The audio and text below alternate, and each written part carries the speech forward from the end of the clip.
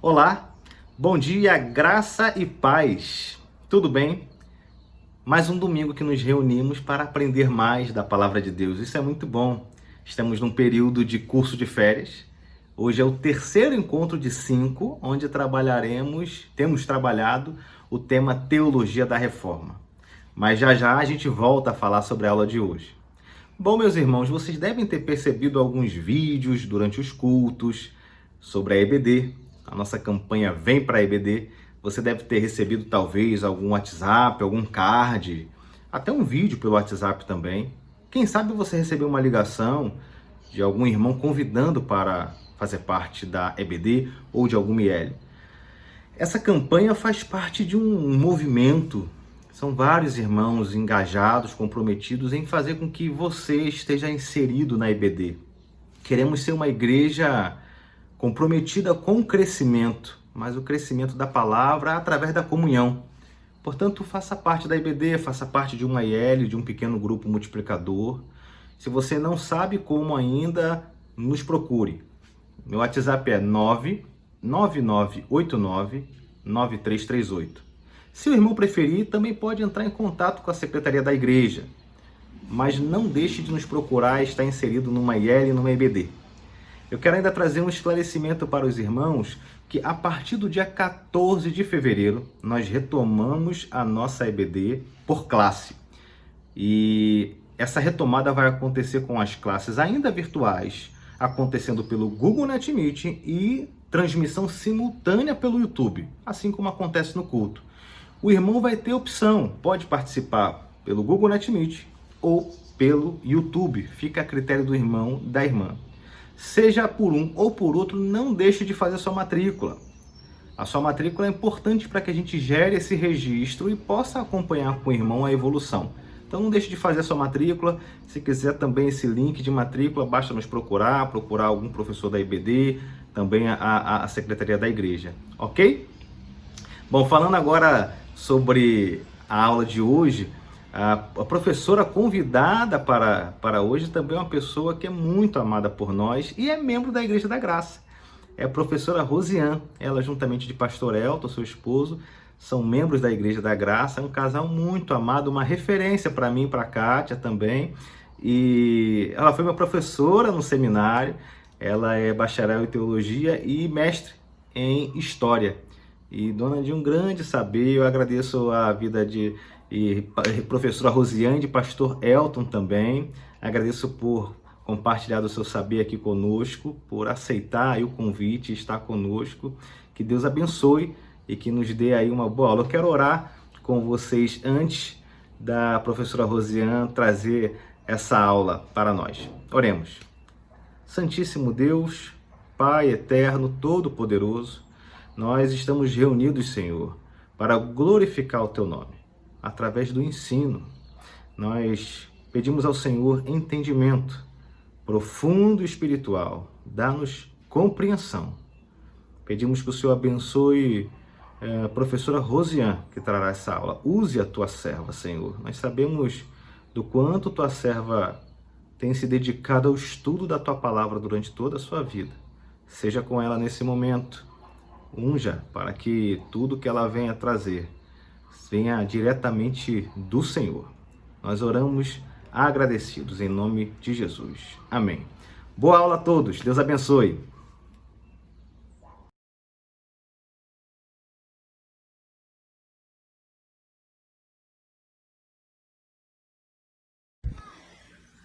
Bom dia, irmãos. Bom dia, Bruno. Bom dia, Igreja Batista da Graça. Hoje estamos mais uma vez com uma temática no terceiro dia nossa série de estudos sobre a teologia dos reformadores. Hoje daremos um novo enfoque, pensando um pouco sobre os desdobramentos dessa teologia dos reformadores na sociedade, no mundo moderno, certo? Então vamos ver o desenvolvimento, as influências, que tanto essa teologia sofreu como também influenciou o mundo moderno. Sabemos, que a reforma protestante, e com seus princípios no início do século XVI, marcou a sociedade ocidental, Então, além do mais, ela também tem uma grande importância, né, o seu estudo, né, o resgate desses princípios protestantes até hoje, porque ela fundamentou todos os movimentos, toda a reforma, as igrejas oriundas diretamente da reforma, como também as igrejas evangélicas. Umas se aproximam mais, outras menos dessa teologia dos reformadores, mas todas elas no protestantismo receberam em alguma medida, né, a influência dessa teologia, desses princípios. Então hoje a nossa proposta, né, na presente aula, é perceber exatamente esses desdobramentos, os desenvolvimentos dessa teologia, né, o impacto na sociedade, na cultura e internamente dentro do protestantismo, que transformou esse protestantismo, vários movimentos, né, que surgiram por conta. Então vamos pontuar alguns momentos, né, momentos-chave nesse período, né? No século XVI nós já vimos nas duas primeiras aulas os principais princípios, né, que nortearam, que deram identidade com base na descoberta, né, do sacerdócio universal, a autoridade das escrituras, né, sola fide, sola gratia, sola as escrituras. Então, a partir desses princípios, nós vamos pensar esse desenvolvimento. Claro que, como nós só dispomos de menos de uma hora, né, quase uma hora, então daremos uma visão panorâmica. Em uma outra oportunidade, poderemos desenvolver, né, cada período desse. Mas a ideia é ligar a ter uma visão panorâmica e entender como foi, pelo menos como se processou de forma panorâmica, esses desdobramentos, esse desenvolvimento da teologia protestante. O primeiro momento importante da reforma protestante já foi bastante desenvolvido, né, com as duas aulas anteriores. Pois bem, as duas primeiras aulas trataram, né, do momento fundante, né, de rompimento, né, da cristandade, inaugurando uma nova era, né, do cristianismo, com duas grandes vertentes, né, a vertente católica e a vertente protestante, graças ao impacto, né, das ideias, da ação daqueles reformadores, né, Lutero inicialmente, né, na Alemanha, e posteriormente Zwinglio, Calvino na Suíça. Mas assim, o mais importante foi o impacto de sua teologia, não apenas no âmbito da religião, mas para toda a sociedade moderna, para o mundo moderno, contribuindo com os valores modernos, inclusive, né? Então, uma das grandes descobertas de Lutero foi a liberdade cristã, né? A liberdade de consciência, que surgiu com o conceito, né? A ideia de sacerdócio universal. Todo crente, ele tem uma relação, é possível ter uma relação direta com Deus, né? Independente de qualquer mediação, de instituições, de sacramentos, de méritos pessoais, mas ela como era, né, fazendo uma contraposição, enquanto que no sistema antigo, né, católico romano, essa relação com Deus ela era objetiva, né, porque ela se dava a partir da igreja, a partir do sacerdócio, a partir das peregrinações, dos méritos. Então, na reforma protestante, já foi totalmente diferente, né? O sistema o indivíduo é sozinho com Deus, tem sua relação pessoal com Deus. E é uma relação de fé, baseada unicamente na fé, não em méritos. A salvação, portanto, ela é absoluta, né? Não é relativa como no outro sistema, que não traz muita garantia, porque você tem a possibilidade, é baseada também, não apenas na graça, mas também nos méritos, nas boas obras, e você nunca consegue saber quantificar se foi necessário para a salvação. Então ela é relativa, né? Não é absoluta. Uma outra questão também é esse princípio, o sacerdócio universal, ele trouxe um impacto não só dessa liberdade de consciência, essa liberdade de culto, de relação com Deus direta, né? Subjetiva, né? Entre o crente e Deus, mas ela também trouxe condições para o despertar da consciência, né? A liberdade de consciência. As pessoas pensarem com seus próprios recursos, né? Concedidos por Deus, claro, mas essa liberdade, ela extrapolou as esferas da religião e o homem moderno passou a questionar, usar essa liberdade de consciência também para pensar o seu mundo, a sociedade, a política, a economia, o próprio mundo como um todo, né? Então, foi fundamental esse impacto, essa contribuição desse princípio da liberdade protestante, né? Inaugurada por Lutero. E esse princípio trouxe um desenvolvimento futuramente, né? Ele trouxe seus frutos lá adiante, há um século, né? Após, né? Já no século XVII, os desdobramentos dessa teologia, desses princípios protestantes, né? Não só do sacerdócio universal, que desembocou na liberdade de consciência, na tomada de consciência do indivíduo, do seu potencial de ação como sujeito no mundo, mas também a ideia da autoridade da Bíblia, né? Então, nenhum poder se sobrepõe às pessoas, aos indivíduos, porque tem a autoridade da Bíblia, né? A autoridade da palavra e a possibilidade do cristão de examinar as Escrituras e se relacionar por si só e ter uma compreensão por si só. Claro que a igreja é importante, mas não é condição fundamental para essa relação, para estabelecer a relação com Deus, né? Sim, a ideia do sacerdócio universal desarticula totalmente a igreja, né, como meio de salvação, e aí essa ideia vai trazer também uma questão muito importante para a compreensão da modernidade, não apenas no âmbito da religião, mas é essa ideia de desacralização, né, do mundo, da salvação.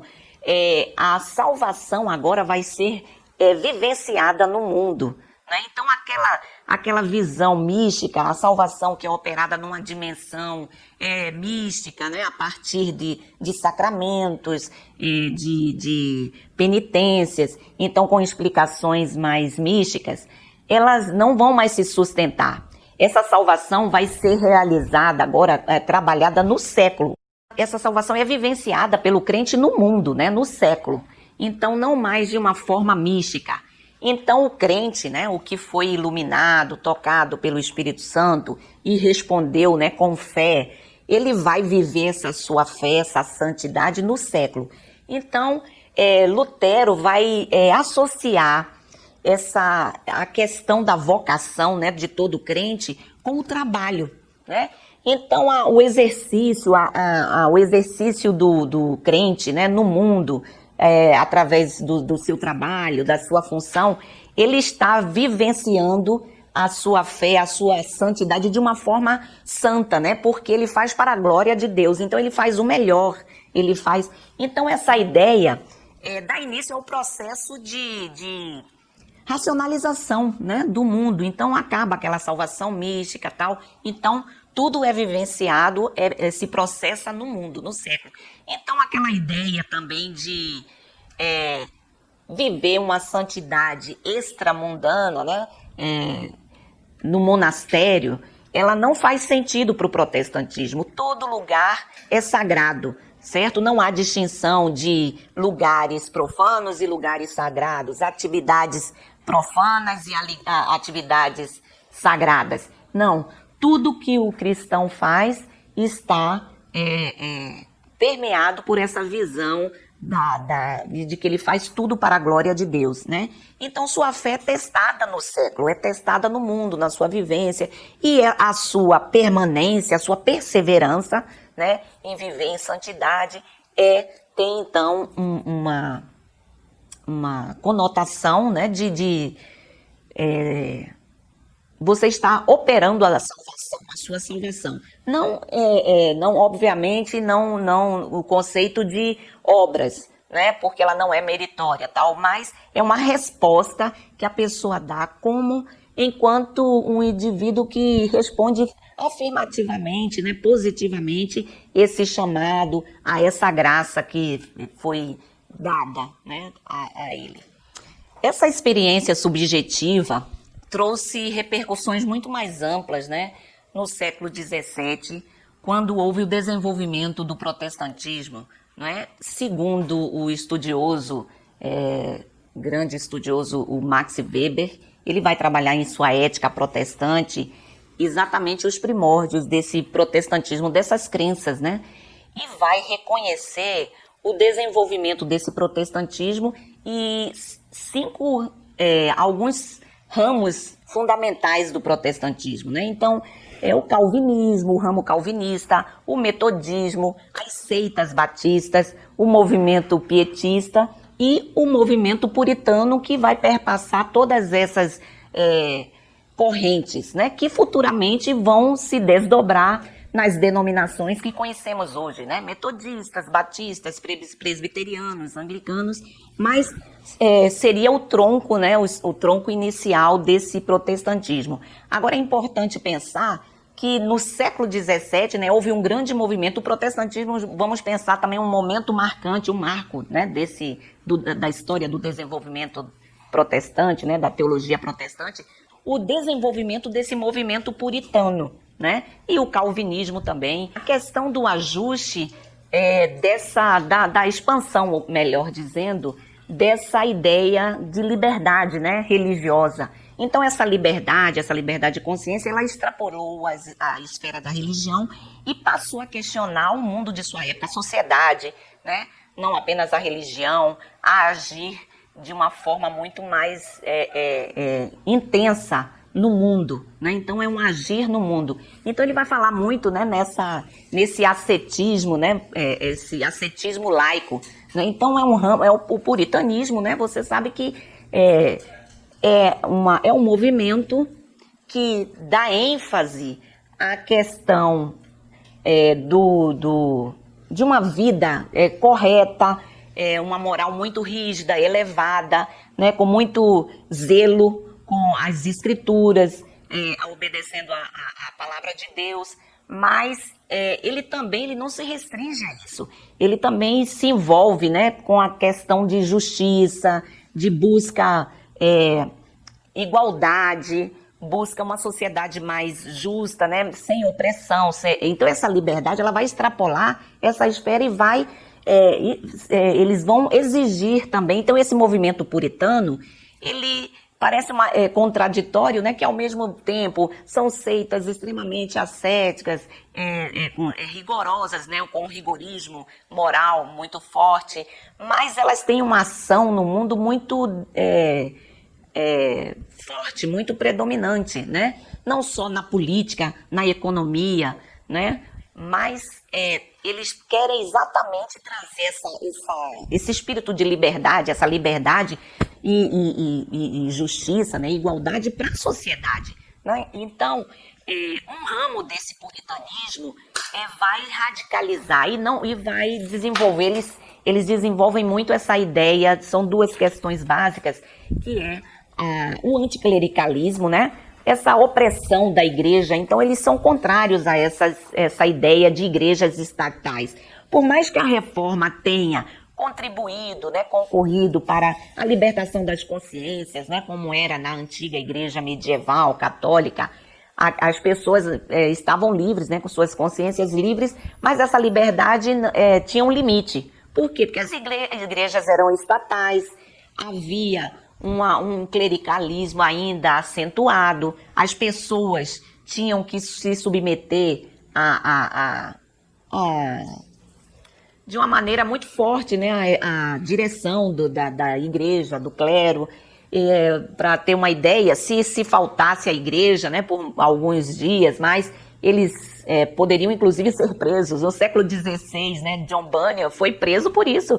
Ele não concordava com essa autoridade da igreja sobre o indivíduo. Se a ideia do sacerdócio universal tinha libertado exatamente as pessoas desse jugo, né? Então eles queriam uma liberdade plena, né? Então um culto defendiam, então, eles eram anticlericais, né, anti-hierarquia e tal, e na Inglaterra começa um movimento conhecido na história, né, por movimento separatista inglês lá, quando a igreja anglicana, que é a igreja oficial, né, a igreja luterana é a igreja oficial da Alemanha, a anglicana da Inglaterra, como todos sabem até hoje, mas eram igrejas estatais. Então a pessoa não tinha essa plena liberdade. Lembrando bem que século 17 e 18, historicamente, sabemos que o regime, a sociedade do antigo regime, a sociedade absolutista, né, o regime absolutista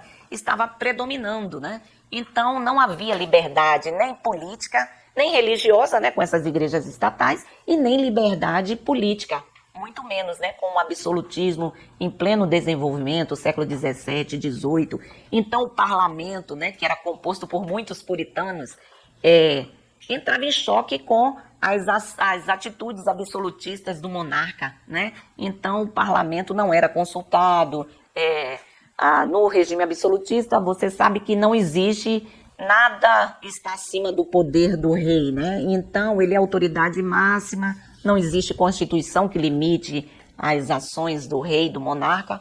Então eles tinham essa posição, né? De anti-absolutistas, anticlericais e tal, e lutaram por igrejas livres. Como eles achavam que a igreja anglicana não tinha passado por uma reforma suficiente, como se fosse pela metade. Então eles queriam purificar a igreja, e daí esse nome puritano, né, esse movimento. Então houve um movimento muito forte dos puritanos, os separatistas. Aconteceu aquela questão dos puritanos que permaneceram, né, mas os puritanos que quiseram radicalizar, né, aprofundar a questão, eles romperam com a igreja oficial e romperam com a igreja e criaram igrejas livres, né? Essas igrejas eram marcadas por um voluntarismo, ninguém era obrigado a participar da igreja, a não ser por vontade, por consciência própria.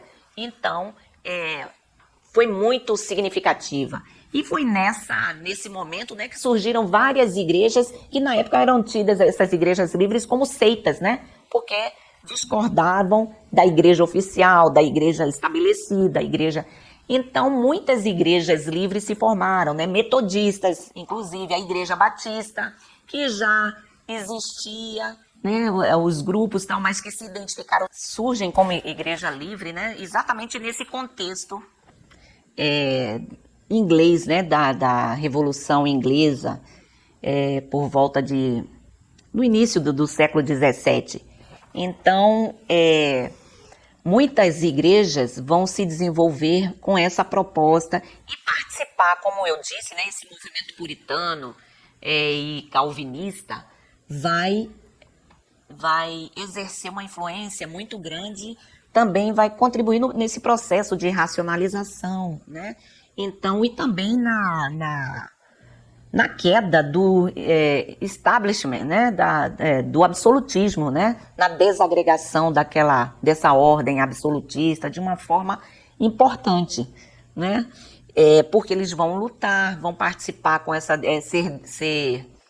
são partidários de governos democráticos, né? Então esse movimento puritano, ele além de ser um movimento, é um misto, né, uma fusão de movimento religioso, né, de busca de purificação da igreja, aprimoramento da reforma, né, aprofundamento da reforma, né, para livrar dos resquícios da igreja medieval, né, antiga, mas também um movimento que são partidários, né, de uma ordem mais justa, mais igualitária, de maior liberdade, né, um ambiente. Então, o movimento, né, liberal inglês também tem uma contribuição, influenciou o pensamento reformado, né, a teologia dos reformadores, inclusive condicionou a teologia no sentido de que, a essas alturas, né, século 17, 18, com o desenvolvimento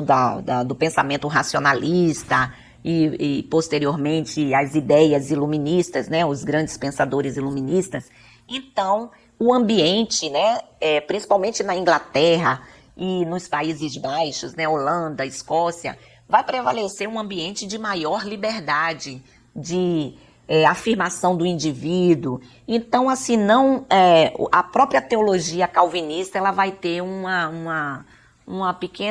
pequeno ajuste ao seu tempo. Sim, o calvinismo também sofreu influência desse ambiente de maior liberdade, de democracia. Inclusive no século XVII e XVIII, ele sofreu uma pequena modificação na questão daquela concepção inicial da predestinação, né, da dupla predestinação, que na realidade, né, não foi nem o próprio Calvino que fez, né, que Deus predestinou uns para salvação, outros para perdição, mas isso é uma ênfase que é atribuída aos seus seguidores. Calvino, na realidade, dava ênfase à soberania de Deus quanto a essa questão da predestinação, né? É uma questão de soberania de Deus, mas os seus seguidores deram essa ênfase. Mas nesse ambiente de maior liberdade, né, seja no campo do pensamento, né, da filosofia racionalista, depois o iluminismo, então não comportava uma teologia onde o indivíduo não tivesse nenhuma participação. Então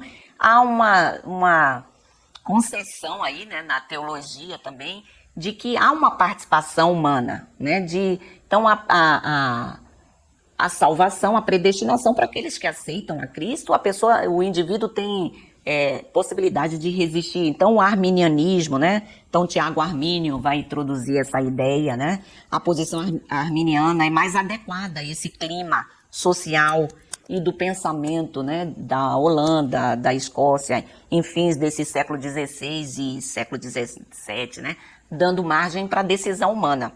E como eu disse, né, então esse ambiente, né, de maior liberdade, de tradição do direito natural, né, se identifica também com a vontade de Deus interpretada através dos ditames da razão. Então a pessoa tem condições, né, de compreender, de discernir seu tempo, fazer suas escolhas. Então doutrinas, né, antimonárquicas do contrato social prevalecem nessa época, né, tanto para governantes. Então eles são adeptos, né, de governos mais democráticos e lutam contra essa ordem absolutista, né, de tirania, contra qualquer forma de tirania, não só dos reis, mas também da igreja, né? Então é nesse clima também que vai se processar a reforma na Inglaterra e a participação desses puritanos ativamente, né, mesmo sendo cristãos fiéis, né, mas tem essa visão mais ampla. Sua fé extrapola, né, para além das esferas da religião e alcança, né, os vários setores, as dimensões da vida. Então a gente pode entender também o movimento puritano, teologicamente prevalece essa visão calvinista, né, mais arminiana, com essa possibilidade de escolha humana, e o movimento puritano que vai prevalecer e perpassar todas as outras futuras denominações, né? Essas igrejas livres, metodistas, calvinistas. Então a gente pode fazer segundo um historiador, né, história do protestantismo, Antônio Gouveia de Mendonça, ele vai definir, né, o puritanismo como produto de ajustamento entre o pensamento político e religioso que permeou a colonização da América do Norte, deixando sua marca no protestantismo americano e na severidade moral pública. Né, uma política de costumes, né, a questão do modernismo, e foi responsável pela vitória do calvinismo, né? Então, esse puritanismo, aquele processo como nós falamos, né, a questão da vocação, trazendo um pouco aquela ideia de Weber, ele vai ver a atuação não só na dimensão econômica, né, se bem que esse acúmulo, né, de capitais, tal, a acumulação, ela não proveniente de uma busca para o lucro, o capital em si, né? Não é nesse espírito mais capitalista, mas talvez é um resultado da sua ética, né? Então é como o título do livro de Weber muito bem traduz, né? A ética protestante e o espírito do capitalismo, ou seja, seria o impacto dessas crenças no mundo, né? Na economia. Então, de acordo, por causa de sua ética, né, de seu rigorismo, de não gastar o dinheiro naquilo que não é pão, de valorizar o trabalho, de trabalhar seriamente, porque ele não está fazendo aquilo para ninguém, mas para Deus, para a glória de Deus, então ele faz o melhor. Então, essa acumulação, né, de capitais, ela vem como consequência. Ela não eles não buscam, né, o capital pelo capital, né, o amor, mas é uma decorrência de sua ética, de sua forma de estar, de viver, a vocação, né, com bastante. Então, na política também, na sociedade, eles também vão lutar por uma sociedade mais igualitária, mais justa, governos, né, que partam, né, venha da base, né, então, de representação, democráticos, e não governos tiranos. Concomitante a essas transformações na Europa, né, que estava se passando na Europa, o desenvolvimento do protestantismo com esses movimentos separatistas, né, de surgimento de igrejas livres e questionamento dessa ordem absolutista, vai ocorrer um outro grande marco na história do protestantismo, que é a chegada da herança da reforma na América do Norte, né? E o desenvolvimento desse protestantismo, né, que como conhecemos mais ou menos nos moldes atuais, das denominações, né? Então é lá, nesse novo contexto, nesse novo ambiente, numa terra de liberdade, onde existe a possibilidade de concretização desse ideal, né, puritano, de construção de uma sociedade para a glória de Deus, né? Então os eleitos são os eleitos de Deus e vão formar uma nova sociedade sobre essa égide, né, do puritanismo, do calvinismo, desses valores mais democráticos, e vão vivenciar nesse período na América o seu projeto, né, de liberdade, tanto religiosa quanto política. Então vai acontecer uma verdadeira revoada lá da Europa com a perseguição na história, né? Eu não entrei em detalhes, tal, mas aconteceu essa revolução inglesa no início da década de 40 do século 17, né, 1640 por volta. Eles chegaram a instituir uma república, a República de Cromwell, mas o absolutismo acaba retornando, né? E a perseguição continua. Então, por conta disso, muitos sectários, né, dessa igreja, desses movimentos separatistas que saíram essas igrejas livres, e inclusive a Batista, foram forçados a sair da Inglaterra, né? Os batistas mesmo, né, se refugiaram na Holanda, entraram em contato com outras tradições, como a tradição anabatista, e desenvolveram inclusive um princípio muito caro para os batistas, que é a competência do indivíduo, né? Enquanto os reformadores ficaram só na ideia do sacerdócio universal, dando livre acesso, mas de certa forma havia uma limitação, porque as igrejas ainda eram estatais, havia uma hierarquia eclesiástica, né? Uma hierarquização, não era qualquer um que poderia assumir o púlpito, pregar, ter atividades de liderança, né? Então, nessa tradição das seitas batistas, não apenas batistas, mas que compõem essas seitas batistas na época, né, eram os batistas, os menonitas, os quakers. Então eles tinham essa visão um pouco mais de maior liberdade, né? Então a competência do indivíduo de interpretar as escrituras, mas é óbvio que e proclamar também, né? Então eles tinham uma um ativismo muito maior, né? A ideia também de igreja, de igrejas livres, né? Sem a tutela do Estado, sem nenhuma intervenção na vida, né, das pessoas, tal. Então havia um movimento como eles criam nessa iluminação, né, a igreja formada por eleitos, né, a visão mais puritana, pietista também, né, são igrejas eclesiola em eclésia, né, ou seja, nem toda a igreja é composta por salvos, né, por membros verdadeiros. Essa divisão só Deus pode fazer, né?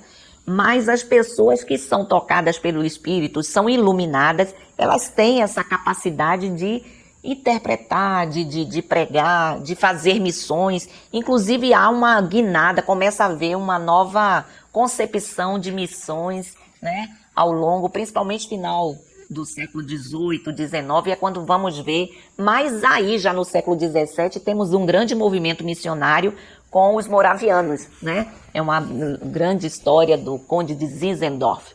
Vai liderar esse movimento missionário, que é o primeiro movimento missionário protestante, e é oriundo exatamente dessa concepção, né? De que a missão não é unicamente da igreja ou do Estado, como era no padroado, lá na Igreja Católica, quando os reis, né? Mesmo os reis, quando expandiam seus territórios, também expandia a sua fé. Levavam a cruz e levavam a espada, e eles tinham esse direito do padroado de expandir sua fé, né? A fé católica, o governo, né? No caso dos países ibéricos, eles expandiram e consolidaram a Igreja Católica aqui na América Latina, porque ele tinha esse direito, né? Então, durante o período colonial todo, a fé católica era a religião oficial, Mas nessa visão puritana, né, protestante, não havia essa noção, né, de igreja estatal, e como eles já estavam com esse espírito, né, anticlerical, né, de dominação, né, não necessariamente. Claro que nesse movimento puritano houve também os radicalismos, né, alguns que lutavam apenas por uma instauração de uma ordem justa aqui na Terra, né? Muito imanente, o reino de Deus aqui e agora, seja à custa de revolução ou não. Não estamos falando nesse segmento do protestantismo, mas um protestantismo, um puritanismo mais pacifista, né? Mais ligado àquela tradição anabatista de Conrad Grebel da Suíça, e não lá o movimento de Mintzer, né, e os profetas de Zwickau na Alemanha, né, que resultou naquela matança dos camponeses, né, na época da Reforma Protestante. Mas um grupo protestante, puritano, com esse ideário, né, mais democrático, mais igualitário, tal. Então, esse puritanismo vai aportar aqui na América do Norte, né, como um espaço de liberdade religiosa, e vão construir uma sociedade totalmente permeada. A formação dos Estados Unidos da América está toda permeada pela presença desses puritanos, dessa participação, né? Até porque esse projeto colonizador, né, historicamente, fazendo análise histórica, ela não é um projeto engendrado pela coroa. Ele foi inicialmente realizado por particulares, companhias que queriam, comerciais, que queriam explorar as riquezas, os próprios puritanos que não encontravam mais espaço nessa sociedade absolutista, sem liberdade política, religiosa, perseguição. Então, enquanto uns foram para a Holanda, muitos vieram para a América do Norte e fundaram as 13 colônias, né? Eram colônias que geralmente eram determinadas, né, praticamente pela organização das comunidades religiosas, né? Colônias fundadas por batistas, por presbiterianos, inclusive católicos também. Então, era a terra da liberdade. Embora a igreja anglicana também tenha vindo e quis transplantar o seu modelo estatizado e querendo ter prerrogativas sobre as demais, mas houve uma reação muito forte, né? Inclusive as igrejas batistas, né, que surgem, né? O pioneiro lá, o Roger Williams, vem para a colônia de Massachusetts, mas é perseguido pelo establishment anglicano, né? Como ele tem essas ideias de separação de igreja e Estado, de igrejas voluntárias, né? A pessoa participa a partir do voluntarismo, né? Então, essa formação a formação do protestantismo americano, ele está, né, associado exatamente a toda a história de formação dos Estados Unidos mesmo, né? Então, eles vêm, né, no famoso os Pilgrim Fathers, né, os pais peregrinos, e fundam a colônia de Massachusetts, né, tal. Mas lá, como eu falei, os anglicanos vão querer ter a supremacia, tal, e muitos são inclusive expulsos, mas os batistas, os quakers, né, que têm uma índole mais democrática, tal, então vão formar, inclusive Roger Williams, que era o batista, acaba se separando porque ele defendia muito essa separação entre igreja e Estado e forma a colônia de Rhode Island, que é a origem, uma colônia eminentemente batista. Então, vejamos agora o mapa, né, das denominações que se constituíram nas 13 colônias inglesas, né? Ainda os Estados Unidos, né, ainda no período colonial, com as suas 13 colônias, e a distribuição aqui das denominações, né, como conhecemos hoje. Então, presbiteriana, batista, congregacional, luterana, metodista, os quakers, a reformada holandesa, a reformada alemã, episcopal e a própria Igreja Católica. Então, aqui nós estamos vendo o desenvolvimento, chega já no final do século XVIII, essas igrejas livres, né, se tornaram em denominações, né? Então, o fenômeno do denominacionalismo é um fenômeno eminentemente americano. O fenômeno do denominacionalismo caracteriza-se principalmente, né, e se distingue também do puritanismo lá na Inglaterra, da religião, do protestantismo europeu, no sentido de ser uma associação voluntária, né, baseada na questão de convicções pessoais mesmo, né? E também é uma igreja desestatizada, ou seja, separada do Estado. O Estado e a igreja, né, são totalmente separados. Então, e também não existe uma visão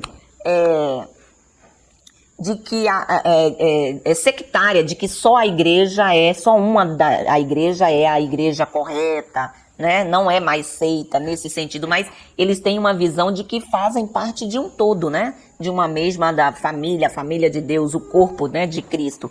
Então a denominação é uma igreja, a igreja ela é completa, né, em si, a denominação, mas tem essa diferença. Então ela é como se fosse o reverso da moeda da experiência religiosa na Europa, né? Enquanto lá é estatizada, que é uma igreja, é uma associação livre, formada por voluntários, né? O voluntarismo também é uma marca na missão, né? O indivíduo, ele mesmo também se predispõe a trabalhar, né, para o reino de Deus, para a expansão do reino.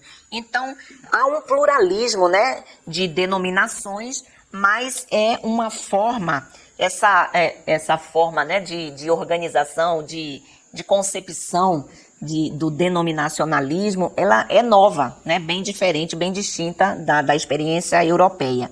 E assim, muitos daqueles que ainda eram perseguidos, esse denominacionalismo vai despontar mesmo com força a partir do século XVIII, né? A partir do século XVIII, já no final do período moderno, e naquele contexto também marcante para a história do protestantismo, que é a Revolução Americana, né? Quando eles vão conseguir, as colônias, as 13 colônias vão se rebelar, né, contra a metrópole e vão conseguir a sua autonomia, né? Então essa formação, né, dos Estados Unidos da América, ela também é permeada, né, pela participação também dessas colônias essencialmente puritanas também, que tem essa visão, né, de participar ativamente na sociedade. Então nós vemos um desenvolvimento não só religioso, né, expansão da igreja, também com a conquista para o oeste, né? Novos desafios são lançados à igreja, né? Então as igrejas metodistas vão ser pioneiras durante um bom tempo nessa conquista do oeste. A igreja batista vai no rastro da igreja metodista, e no final, na época da Revolução Americana, final do século XVIII, ela já é uma das principais denominações dos Estados Unidos, e aí começa-se também a desenvolver com esse movimento pietista e puritano, com essa ênfase na missão, né? Então existe o desenvolvimento, aí já estamos vendo o desenvolvimento de movimentos marcantes nesse período final da Idade Moderna, que é exatamente em resposta a um ambiente de irreligiosidade, né, que foi provocado pelo iluminismo, conforme vimos nos slides. Esse puritanismo vai se desenvolver numa visão, num empreendimento missionário muito grande, né?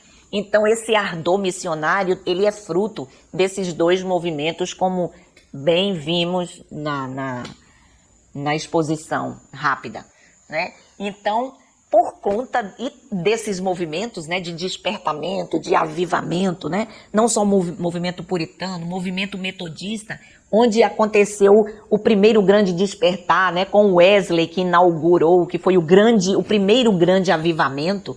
Então, esses avivamentos vão ocorrer em massa, em duas grandes ondas, na primeira metade do século XVIII e no final. E vai resultar numa onda missionária muito grande, né?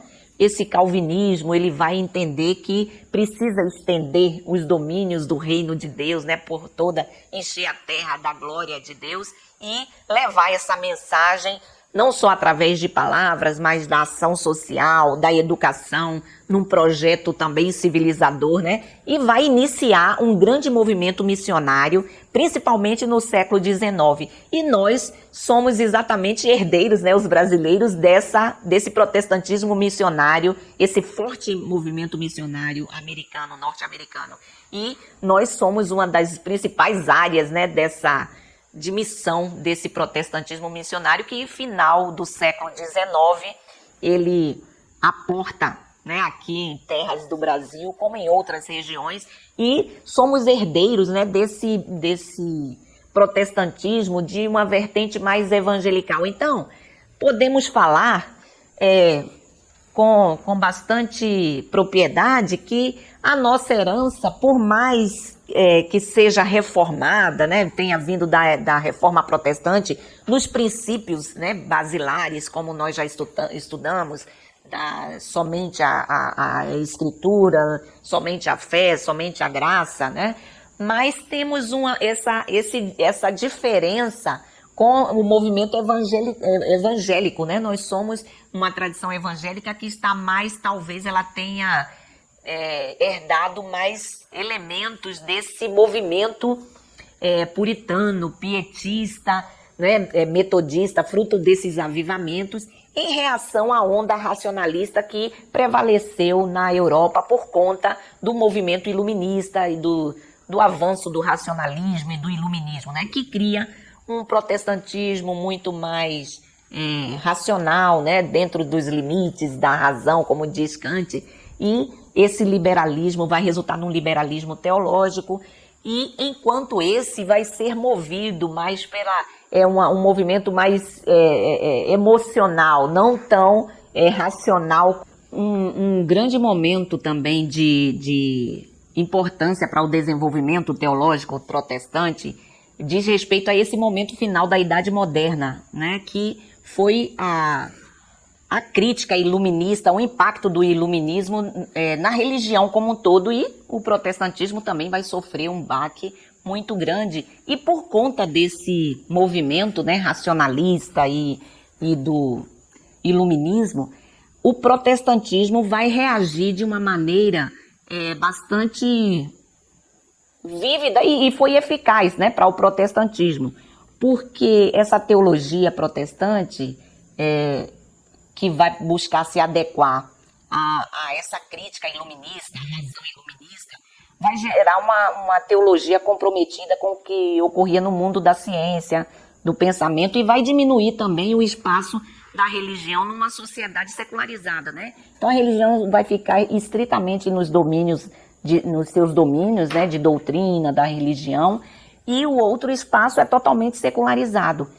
E isso, como vai haver também um movimento de racionalização da religião, então uma ala do protestantismo vai se adequar a essa crítica iluminista, racionalista, e vai retirar tudo que é mito, tudo que não é racional, tudo que não passa pelo crivo da razão, vai sair dessa nova proposta, né, que é uma teologia comprometida com o que ocorria nesse mundo da ciência, do pensamento, né? Então, uma teologia racionalista vai ser preponderante na Europa, mas nem todos os protestantes vão aceitar esse movimento e vão reagir com a mesma força que como um pêndulo, né? O espírito racionalista vai trazer a religião estritamente para os limites da razão. Em reação a esse movimento, vão surgir movimentos de grande importância para o protestantismo, mas com outras características, né? Se a razão acaba sendo o extremo, né, o oposto seria exatamente movimentos mais ligados à emoção, ao sentimento. Então surge essa experiência protestante do movimento pietista, do movimento puritano, o próprio metodismo, né, que são os avivamentos, que é uma reação protestante a essa proposta de racionalizar a religião, né, que posteriormente lá para o século XIX, XX, vai resultar no liberalismo teológico, que é uma maior liberdade para pensar a teologia, não vai ficar mais com aquela base fundamentada na teologia dos reformadores, que é uma teologia que retorna, que resgata a uma teologia bíblica, né? Então ela vai ser mais livre, vai ser pensada em novos termos, em categorias filosóficas, né? E até chegar na atualidade uma teologia contemporânea, mais existencial, que seria, na época lá desse iluminismo, uma teologia como se correspondente à escolástica católica, né? Então a teologia racionalista vai então provocar essa reação protestante, tá? Então são esses movimentos que vão dar mais vigor ao protestantismo. É por conta disso que o protestantismo na América vai ter um vigor muito maior, né? Porque vai ser uma reação desse lado. Então os movimentos puritanos, o metodismo, né, com aqueles avivamentos que vão varrer a América, tanto no início, na primeira década do século, a primeira metade do século XVIII, como também no final. E vai ser responsável por esse grande movimento missionário, esse movimento. Então, nós temos uma herança muito mais puritano-pietista nesse protestantismo, nesse movimento evangélico, né? O protestantismo de vertente mais evangélica que vai despontar na América, e nós vamos receber essa herança evangélica aqui no Brasil. Então, é um rápido resumo, né, dos momentos marcantes e do desenvolvimento dessa teologia protestante. Pelo menos eu lancei algumas luzes, né, procurei lançar algumas luzes, né, para depois serem desenvolvidas, quem tiver interesse, sobre essa proposta, esse desdobramento da teologia dos reformadores e como chegou até nós, né? Então, essa herança da reforma na América, eu concluo aqui com esse pequeno resumo. Com essa visão panorâmica, espero ter contribuído para alguma compreensão, né, desse desenvolvimento da teologia protestante, como essa herança da reforma chegou até nós, né? E espero outras vezes encontrá-los, né? Quem sabe para bater um papo sobre e desenvolver algum desses temas. Mas a proposta, né, desse estudo da teologia dos reformadores ainda continua nos próximos domingos, né, com outros professores, palestrantes, mas de alguma maneira foi um prazer muito grande estar trabalhando com vocês aqui, pensando um pouquinho, né, nessa nossa herança tão importante, né, nós como parte dessa teologia, como herdeiros da teologia protestante e também desse movimento evangélico, né, que é muito forte aqui no Brasil, é importante entendermos as raízes, né, longínquas dessa nossa herança batista e protestante. Obrigada.